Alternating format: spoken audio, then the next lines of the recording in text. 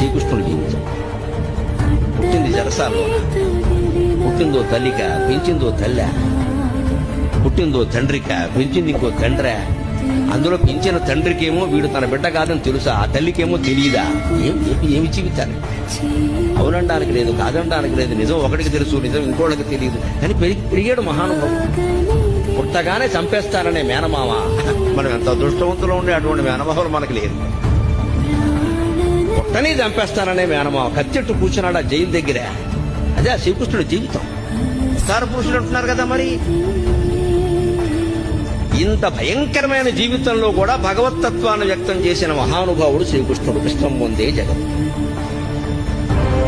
పరిత్రాణాయ సాధూనా వినాశాయ చ దుష్కృతా ధర్మ సంస్థాపనార్థాయ సంభవామి యుగే యుగే.